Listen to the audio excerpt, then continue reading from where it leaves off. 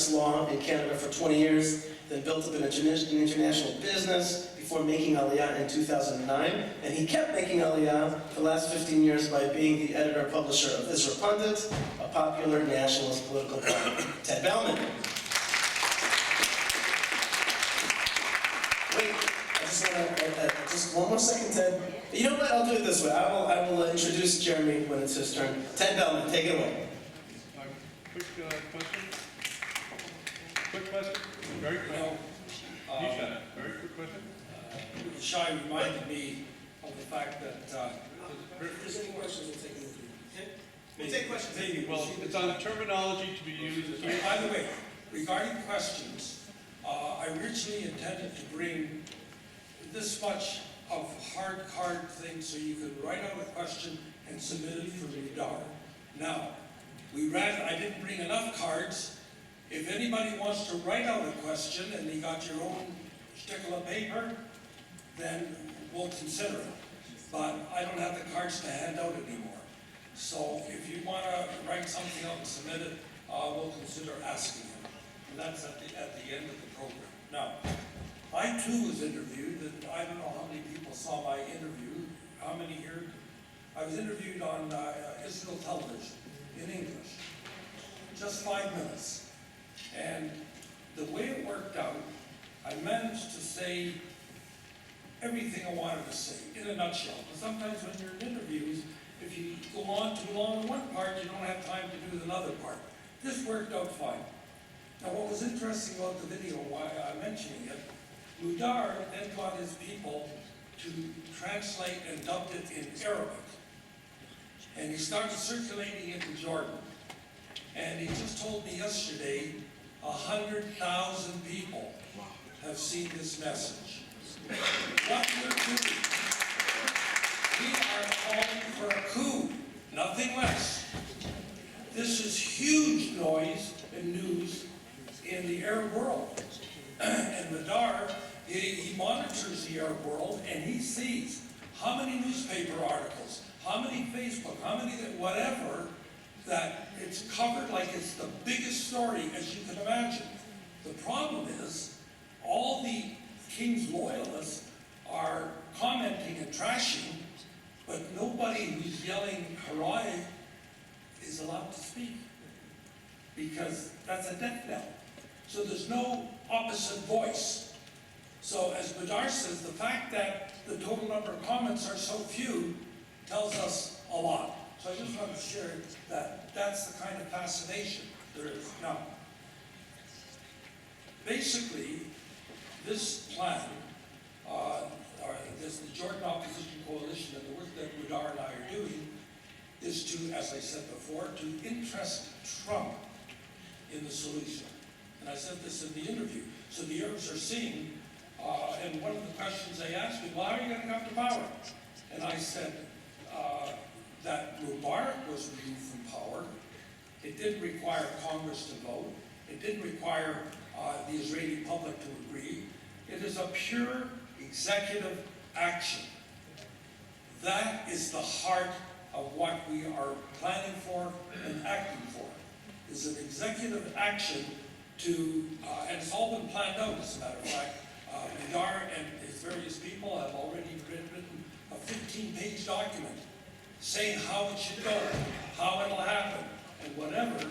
And so the word that I use, they're not going to get, America isn't going to strong-arm anybody, but in their fashion, we hope that they will enable it. And they will give the king his walking papers, make him, you have a choice, you can bow out gracefully or not. And Mudar, hopefully, will be installed. So this is not just an academic discussion.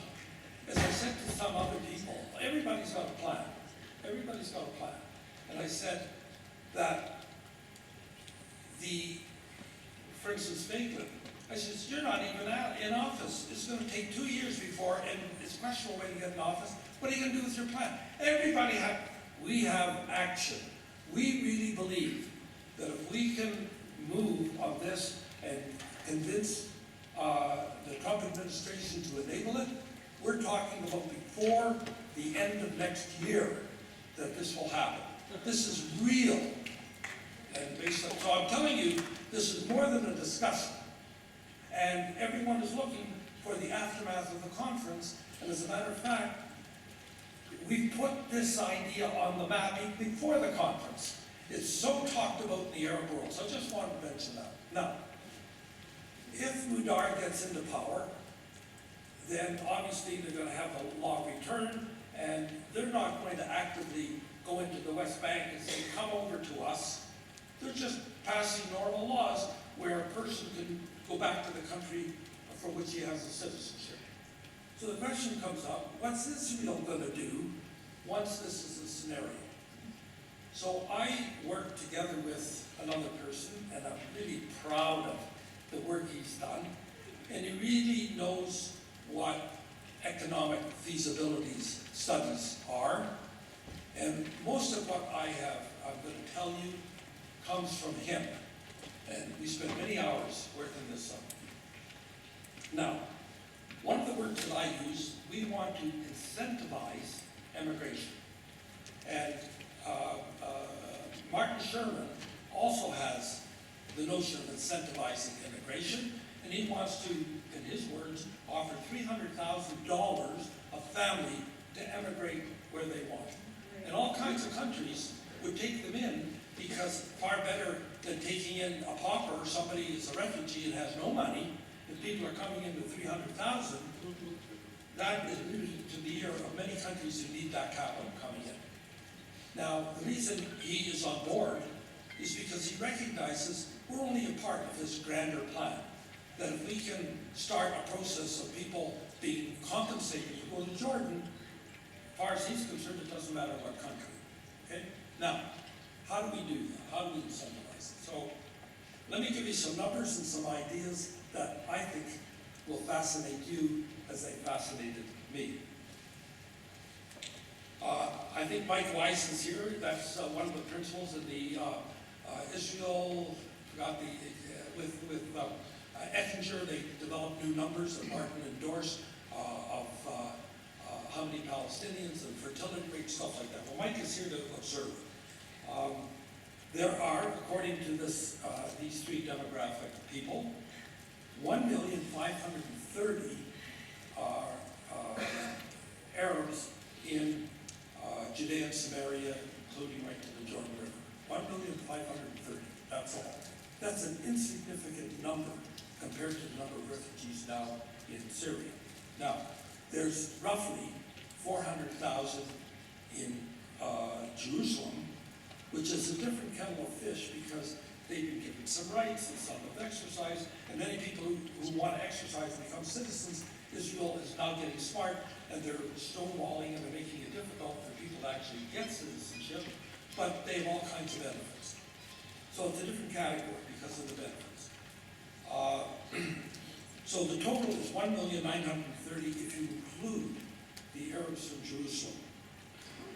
Now, the numbers show that there are 4.67 people per family, 4.67 Arabs per family on average. And the number of families then in Judea and Samaria are 330,000 families based on that number, okay? And there are 85,000 families in Jerusalem, totaling 415,000 families. Now, of these people, 800,000, which is roughly half, are refugees. In the sense, for whatever reason, they are deemed refugees, living in refugee camps, not part of normal Arab society in Judea and Samaria. And the reason they are in refugee camps is one reason, and that is that there will be pressure on Israel to allow the refugees from Israel to return. So Jordan, like all other Arab countries, doesn't want to normalize them. So that's why they're still refugees, okay?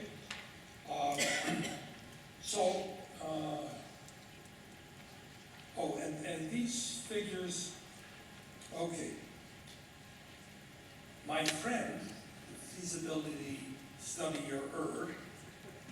has calculated the cost of building housing in Jordan for this number of families, including university scholarships, pensions for the elderly, the infrastructural investment, and the Jordan water have been calculated, I'm talking about a scientist calculating, not broad strokes, to be $15,000 per person. Per person to build housing for 415,000 families. Why? Because housing in Jordan, as I recall, is about 30,000 per unit, whereas the land component of an apartment in Israel is 150,000 per unit. So looking at the whole idea of resettling in Jordan, it is so inexpensive, we could give the houses away and wouldn't even blink. So talk about incentives. We can say, we'll build you a house you can have for free. Just emigrate to Jordan and you'll get benefits. This is how strong the incentivization is. Now, our calculations, 90% of the registered UNRWA refugees will take this offer and go to Jordan, 90%, because they have nothing at the moment. We took a rough guess, this isn't scientific, 35% of Jerusalem residents because they have the benefits, and 60% of the population would move due to exceptional financial support. We're talking about a total 1.3 million Palestinians who would move east of the Jordan River, based on a few things. 60%, surveys have shown 60% of the Palestinians in the West Bank are prepared to leave, for instance. That's without incentives. What's the total amount? But What's the total amount? The global amount of dollars, I'm coming to that. Now, if that's the question. Hold your horses, okay?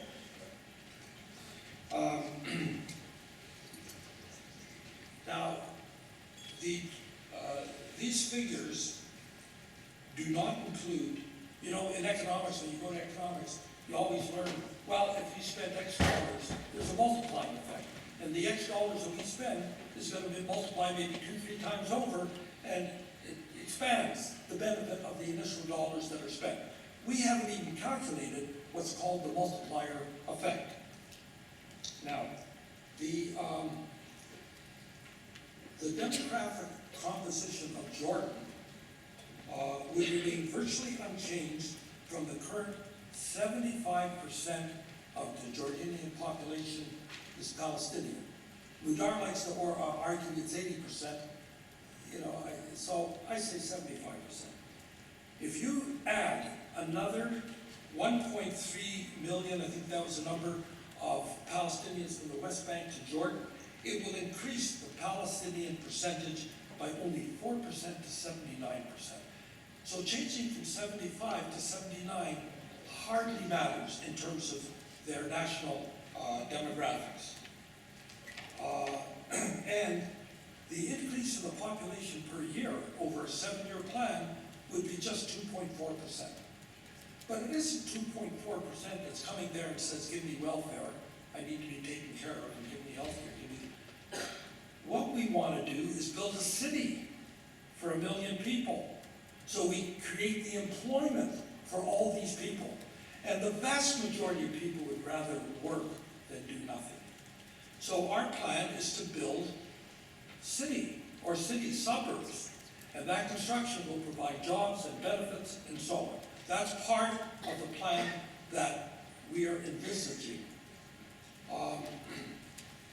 Now, sometimes you have to say, I think the number here, for some reason it's not here, I don't see it. Oh, the total number, that's what he gave me, of,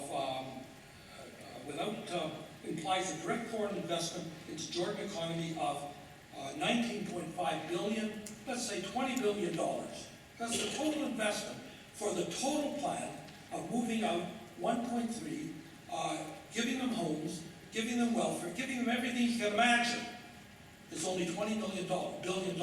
Now compare that with Sherman's plan, and he calculates the families, 300,000. We're talking, according to his plan, more like $200 billion compared to this 20 billion, because we're moving them to Jordan, a low-cost area, and the jobs are going to be what's employing all these people. Okay, now, what does that mean to our economy? Still a lot of money in our economy. So this is what that means. First of all, if you go the two-state solution, according to the numbers here, you've got to evacuate 100,000 Jews outside the settlement blocks. I think it's more like 150,000. And the reason I say 150,000 is whenever anybody says you can keep the settlement blocks, they never identify what blocks they're talking about. And there's a debate. Ariel, Malet, there's a debate, and they never say what blocks. So even of all the blocks, and there's no consensus that we'll keep all the blocks. So it could be as high as 150,000. That's how I see it. Now, as you will recall, when 10,000 Jews were evacuated from Gush Katif, the cost was 10 billion shekels. I had a debate yesterday. I thought it was $10 billion, and I haven't had a chance to do. Who knows? Is it $10 billion or shekels? Anybody recall? Okay. Shekels, you think? If it's shekels, to move that many Jews out of Judea and Samaria, because the Palestinians don't want them, and from my point of view, we would never leave them there. That would be criminal, and that's what Netanyahu puts. Oh, we can let them stay there. No, it ain't gonna happen. It's $55 billion that we would have to spend at the shekels to remove them, compared to the 20 billion to send the 1.3 million to Jordan. The numbers are mind-boggling. Okay. There is just another issue I want. If we went the two-state solution, nobody mentioned that today. What does Israel say about the return of refugees? No way, no how are any refugees coming into Israel. That's basically the Israeli line.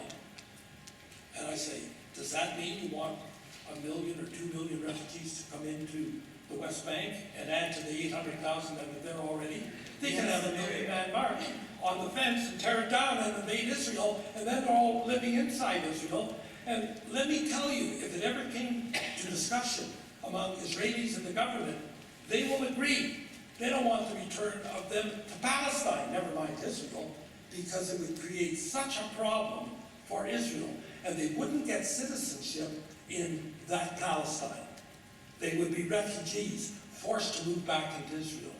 That issue has not yet been debated in Israel about they shouldn't be allowed in at all.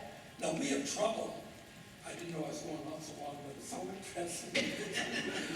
We have trouble. We have trouble when we talk about, oh, it's going to be a demilitarized state. Yeah, really? How are you going to enforce that? And if we have an agreement, oh, you can't bring in refugees. Really? How are we going to enforce that? Like, it's a non-starter. You have to understand that. All of which argues for this plan of compensated immigration. Now, I had an Arab speaker, I don't think he showed up, but he wanted to, who came from Hebron area, and he was going to talk about whether Arabs would move to Jordan, and what it would take them to get to move to Jordan. And I just posted an article a few days ago by Bassem Aid, is it pronounced? Yeah. Wonderful writer, and he was saying what the Palestinians really want. Like, what was it? He said, you know, what girls really want a girl. But anyway, he was saying what they really want. And they want what normal people want. They certainly don't want the PA government. They want a home, they want health care, they want jobs. Normal stuff. And they're not getting it where they are especially the refugees under the PA, and they are more amenable to moving to Jordan than you might think. And I've had conversations with these people, and they agree to that. They say it's big. Now, another issue, and I just mentioned to my economic advisor, I'm happy to give away the 400,000 homes for nothing, because it's so small in the scale of things. But, and here's a political problem, how can you give free homes to 400,000 families coming to Jordan when everybody else doesn't get them? That's explosive. We don't have an answer for that, and we have to work on that issue. But it would be so divisive to society when all of a sudden these privileged few are getting homes paid for, no mortgage we're talking, paid for, while everybody else is struggling.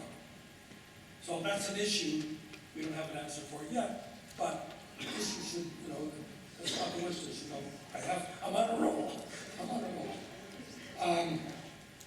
okay, now,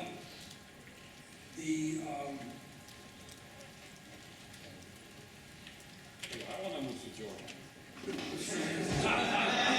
Sounds so good. oh yeah, what is it called? Israel has a GDP.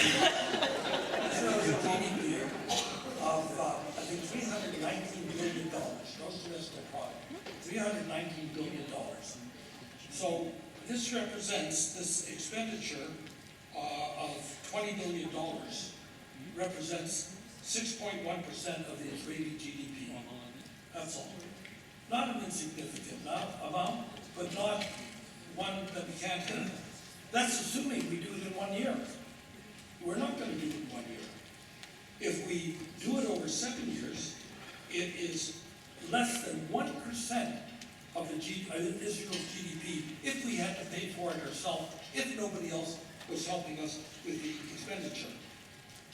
You wouldn't even notice it. But more important than that is that Moshe Feiglin analyzed that since Oslo, our internal defense has cost us over $1 trillion shekels. There are all kinds of costs involved in managing the status quo, which I don't think is sustainable because we're being labeled, our kids on campus are being attacked, whatever. We have to get rid of the status quo. So in any event, it's a very small number that we can manage. Now, okay, now one other thing. Does anyone know what our national debt is now? We're 62% of our GDP. 62%. Do you know that if we, Canada, compared to that 62%, is 84%, Germany 80%, the UK 89%, and get this, United States 104%. Their $20 trillion debt, thanks to Obama, is 104% of the US gross national product. And Singapore is 111%, beating out the US. Now, if Israel absorbs and pays for it by borrowing, we just go to 68% of our GDP as a debt compared to everybody else. So don't let anybody tell you we can't afford it. And I got one other issue. I'm playing on your time, but you know, this is my stuff, and I never thought I was going to talk about this. Good stuff. But we also have a plan for Egypt. And I remember when there was a huge, 300,000 people were homeless in the last war. And I said, don't rehabilitate. Get them to emigrate. It's cheaper. And I was against rehabilitation. And so then my financial expert did a study, and he found out that homes in Egypt are half the price of the homes in Jordan. Half the price. So, and Egypt is 95 million population, So if you take 1.5 million Gazans and move them into Egypt, it's nothing. It's nothing. And you can give them free homes. So that just shows you how much our government is not looking for, the obvious. That's the obvious. Why are we perpetuating these problems? So that is for Jordan. And I was going to talk to you about one other thing, but I'm not. I've overstayed my welcome. And it's my pleasure to share.